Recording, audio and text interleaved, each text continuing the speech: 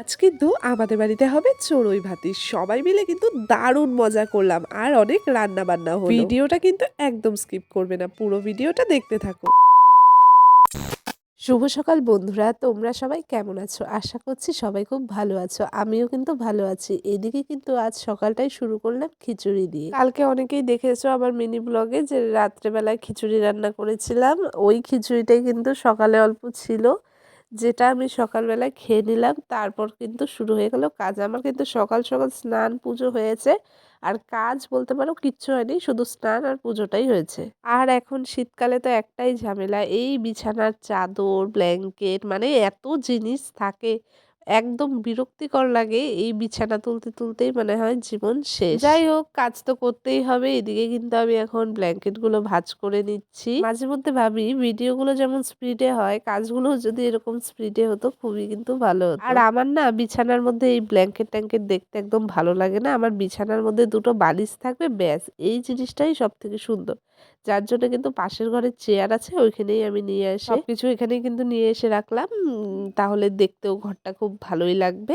যাকগে, এদিকে বালিশ টালিশ সবকিছু গুছিয়ে নিয়ে এরপর আমি বিছানাটা কিন্তু গুছাচ্ছি। আর এই বিছানাটা গুছাতে আমার এতটা সময় লাগে, তোমাদেরকে কি আর বলি। আসলে আমার গলার আওয়াজটাও কিন্তু এদিকে খুব ভেঙে গেছে, এর জন্য তোমরা একটু আওয়াজটাও কেমন পাবে।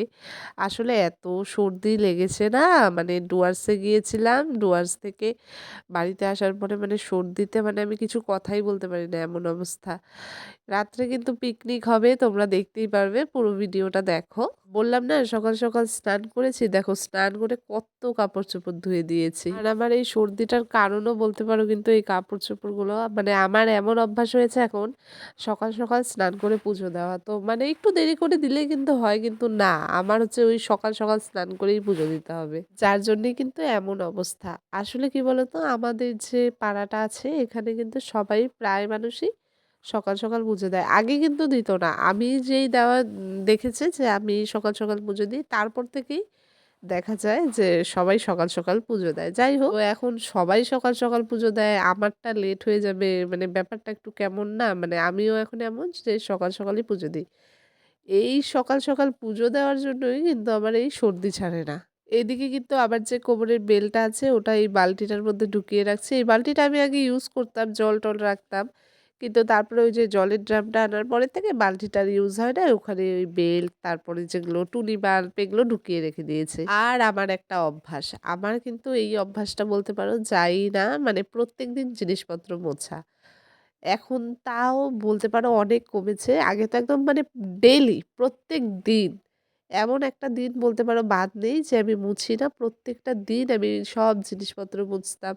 এর জন্য অনেক কষ্টও হতো, লেটও হতো। দেখো ডেইলিটা দিন কিন্তু জিনিসপত্র মোছাটা কিন্তু কষ্টই বলতে পারো। তারপর এখন থেকে কি হয়েছে, প্রত্যেকদিন না মুছলেও ধরো সপ্তাহে, সপ্তাহে না ৫ দিনে ধরো ১ দিন কিন্তু আমি মুছি। আমাদের বাড়িটা কিন্তু গ্রামে। কিন্তু জানি না কোথা থেকে এত ধুলা আসে, মানে একদম সাদা হয়ে থাকে।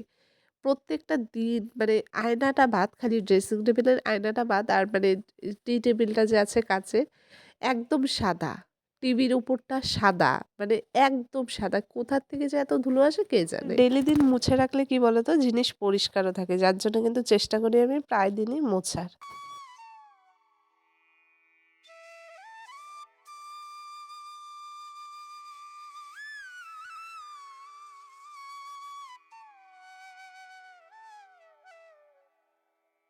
এই যে এটা দেখতেই তো পারছো, এটা হচ্ছে মানি প্ল্যান্ট। আর মানি প্ল্যান্ট গাছটা কি হয়েছে, আমি যে গোলাপটা রেখেছিলাম ওটার জন্য জলটা পুরো কালো হয়ে গেছে। তো এটা কি করব, আজকে পরিষ্কার করে নেব। এই মানি প্ল্যান্ট গাছটা কিন্তু আমার আজকের না, মানে মোটামুটি ২ বছর কিন্তু হয়েই গেছে। গাছটা কেন জানি বাড়েও না, সেম এরকমই থাকে।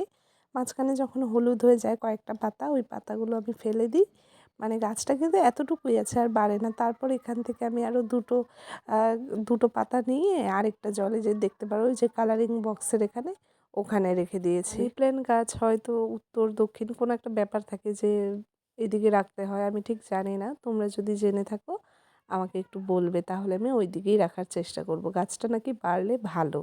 এদিকে দেখো আমার কিন্তু মানে মোছামুছি সব কিছু হয়েই গেছে। এখন হচ্ছে ঘরটা ঝাঁট দিয়ে নিচ্ছি। আর খাটের তলে এত ধুলো না, এর জন্যে কিন্তু আমি সবকিছু ভালো করে পরিষ্কার করে নিলাম।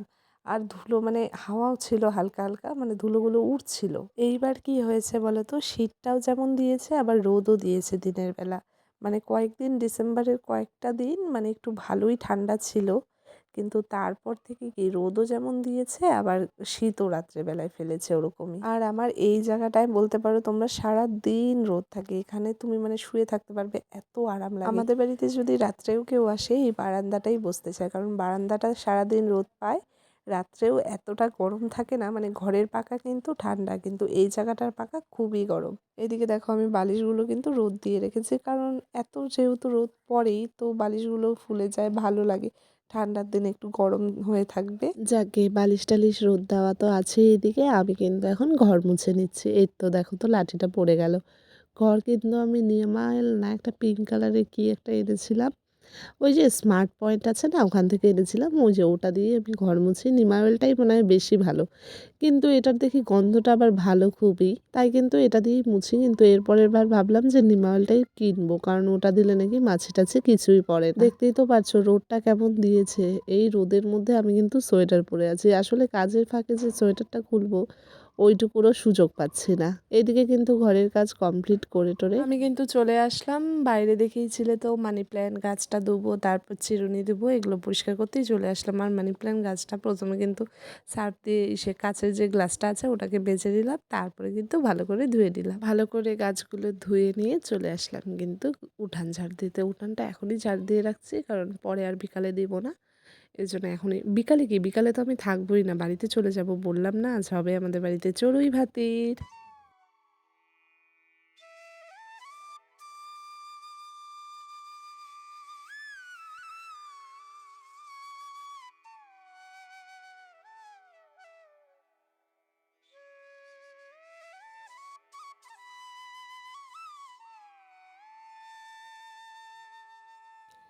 এই তো আমার কিন্তু সব কাজ হয়ে গেছে, কাপড় ধোয়া, উঠান ঝাড় দেওয়া, ঘর মোছা, পূজা দেওয়া, মানে সব ঘর গোছানো সব কাজ হয়ে গেছে। এখন একটু রেস্ট করব, তারপর যাব বাড়িতে। আর বাড়ি থেকে কিন্তু অনেকক্ষণ থেকেই দিদি ফোন করছে যে আয় আয় আয়।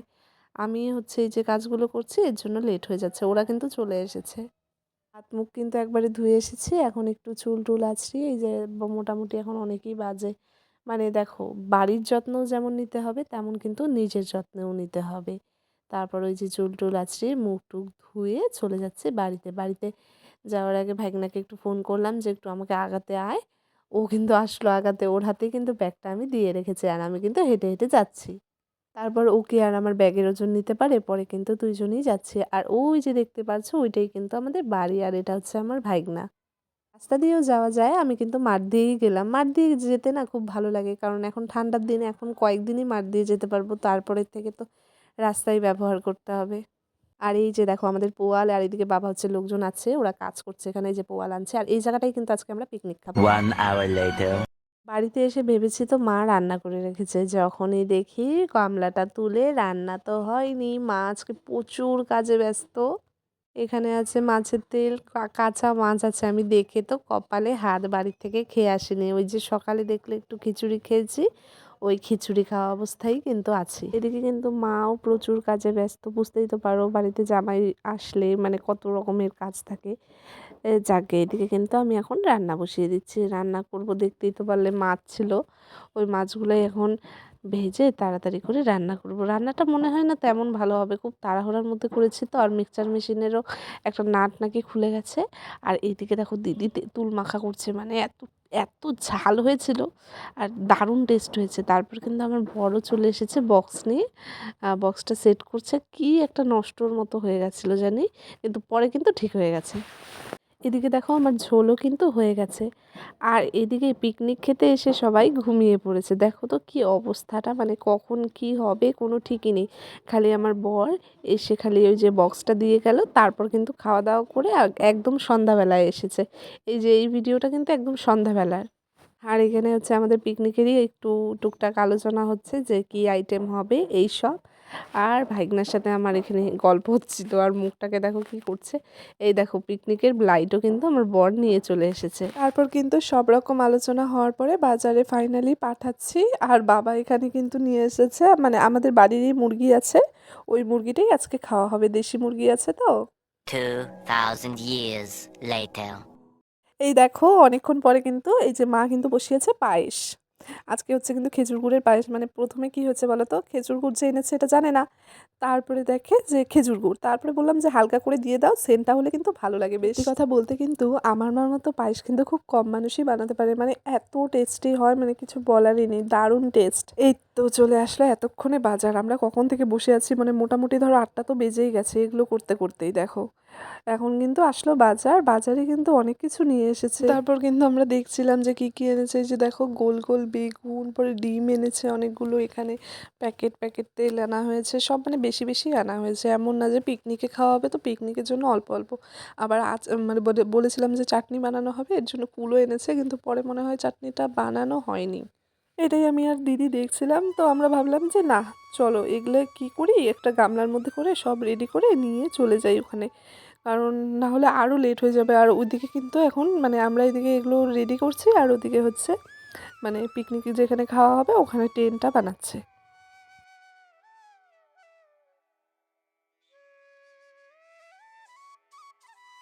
এই তো এগুলো কিন্তু আমরা রেডি টেডি করে চলে আসলাম যেখানে পিকনিক খাওয়া হবে। যে পুকুর পাড়, অন্ধকার দেখতেই পারছো, এখানে কিন্তু এই যে লাইট টাইট লাগিয়ে দিল। এখন হচ্ছে বলবো যে উনুনটা করে দিতে, আমরা তো আর পারবো না, না মেয়ে মানুষ উনুনটা করতে। আর আমাদের বাড়িতে বলতে পারো সব রকম যন্ত্রপাতি আছে ওই যে উনুন করার জন্য, এটাকে কি বলে জানি না। এই যে এটা দিয়েই কিন্তু উনুনটা করে নিচ্ছে। আর উনুনটা এত সুন্দর জ্বলেছে না, মানে দারুণ। মানে হুটহাট করে যে একটা উনুন বানানো যেমন জ্বলে, তার থেকে মনে হয় অনেক বেশি ভালো জ্বলেছে। এই যে এখন কিন্তু আমরা বসে পড়লাম, মানে কাটাকাটি শুরু করে দিলাম আমরা দুইজন, যে না আর লেট করলে হবে না, এখন কাটাকাটি শুরুই করে দিই।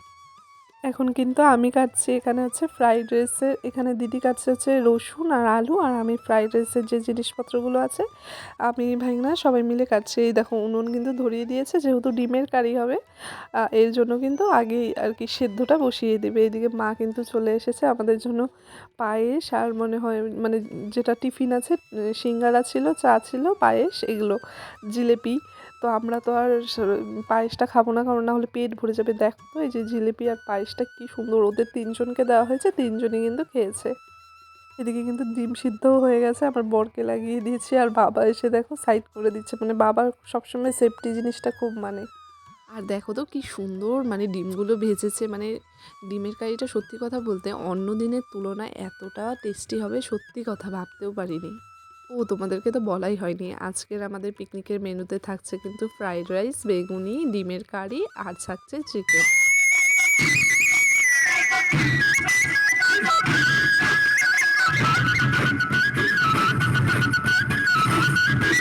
তোমরা তো দেখতেই পারলে আমার পাগল ডান্স, মানে সবার সাথে মিশলে না একদম মন খুলে নাচানাচি। আর পিকনিকে তো এটাই মজা, নাচানাচি, খাওয়া দাওয়া, এটাই তো ভালো লাগে, তাই না? এদিকে কিন্তু মাংসের তরকারি প্রায় হয়েই গিয়েছে, রান্নাবান্না হয়ে গেছে। এই যে চিকেন কষা, বেগুনি, ভাত, মিষ্টি, ডিমের কারি, আর আছে স্যালাড আর ফ্রাইড রাইস।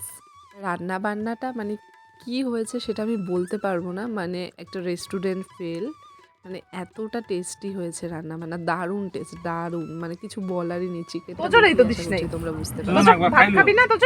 হ্যাঁ ভাত খাবি না? হ্যাঁ শুরু করো তোমরা সবাই। হিন্দি নাকি দাদা? হ্যাঁ দাও দাও দাও তাড়াতাড়ি, সময় নেই। বলো মাছের তরকারি তো ছিল। না না, তোমার মাছের তরকারি টপের দিয়ে দিও, সকালবেলা বাড়ি নিয়ে যাবে কিন্তু। রাত্রি করে আর আছে। ওহো জাপান গান এবার সেই মজা নিচ্ছে গো। ব্লগটা যদি তোমাদের ভালো লেগে থাকে অবশ্যই কিন্তু লাইক, কমেন্ট অ্যান্ড সাবস্ক্রাইব।